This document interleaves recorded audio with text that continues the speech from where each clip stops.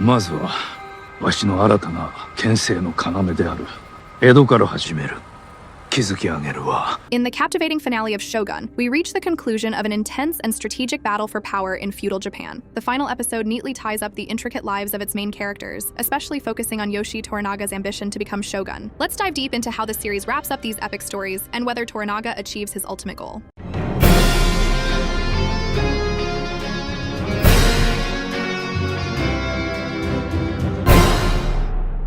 Toranaga's long-held ambition. 戦のない太平の世じゃ。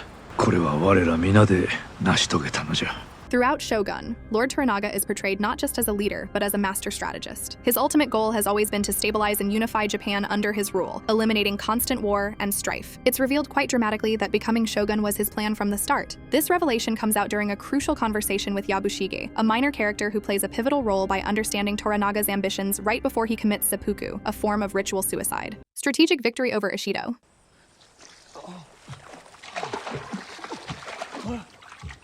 Interestingly, the show doesn't actually depict the battle between Toranaga and his enemy, Ishido. Instead, it focuses on the strategic moves that led to Toranaga's victory. By the time the battle is supposed to happen, Toranaga has already outmaneuvered Ishido politically by securing key alliances and ensuring Ishido's isolation. 落ち葉の方は石堂との盟約に嫌気がさし、秘密裏にわしに文をよこし。 This clever avoidance of battle scenes emphasizes that real power often comes from behind the scenes, through negotiation, alliances, and sometimes betrayal. It also reflects Toranaga's vision for Japan's future, a land governed by strategy and wisdom rather than brute force. The impact of Lady Mariko's death.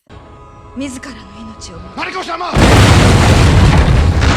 The demise of Lady Mariko in the previous episode plays a significant role in weakening Ishido. Her death causes a rift within Ishido's forces and sows seeds of doubt among his allies. Mariko, who is close to Ochiba no Kata, the mother of the heir to the shogunate, influences the latter even in death. The scene where Ochiba no Kata reads Mariko's poetry to her son is symbolic, showing how Mariko's spirit and ideals live on, influencing key decisions in the saga. Ochiba no Kata's eventual support for Toranaga is a turning point in the series. It demonstrates how personal relationships and loyalties can have profound impacts on political outcomes. Mariko's death, while tragic, becomes a catalyst for change in the power dynamics at play. John Blackthorne's tragic end.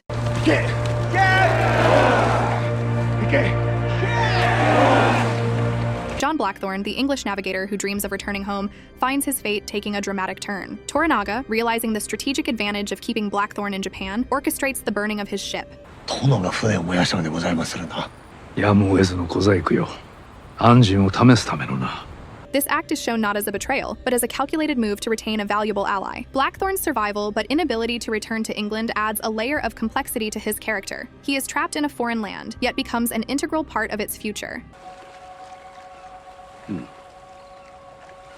The series portrays Blackthorne's dilemma with sensitivity, highlighting his internal conflict between his desire to return home and his deep connections in Japan. This subplot enriches the narrative, showing the personal sacrifices that come with being caught in the tidal forces of history. The final act. One of the most powerful scenes in the finale is Yabushige's seppuku. As Yabushige prepares to take his own life, he learns the full extent of Toranaga's plans, directly from Toranaga himself. まずはわしの新たな権勢の要である江戸から始める。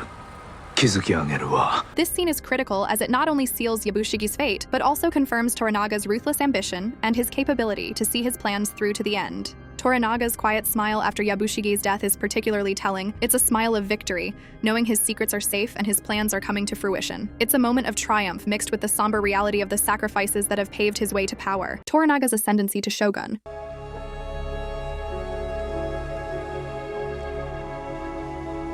The finale of Shogun is not just the end of a series, but the beginning of a new era for Japan under Toranaga's rule. We see a leader who has not only strategized his way to the top, but also redefined the role of shogun. 気が済んだのであれば、あの船を立て直し、わしのために水軍を作るがよい。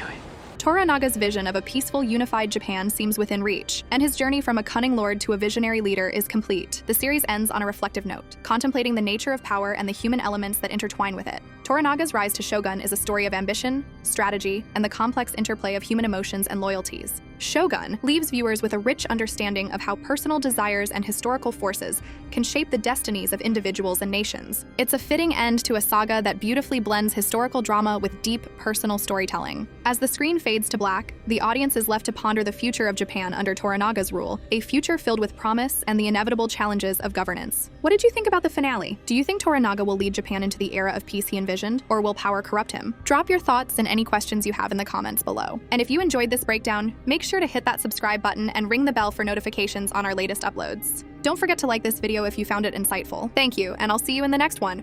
そなたには見えぬか。これから何が起こるか。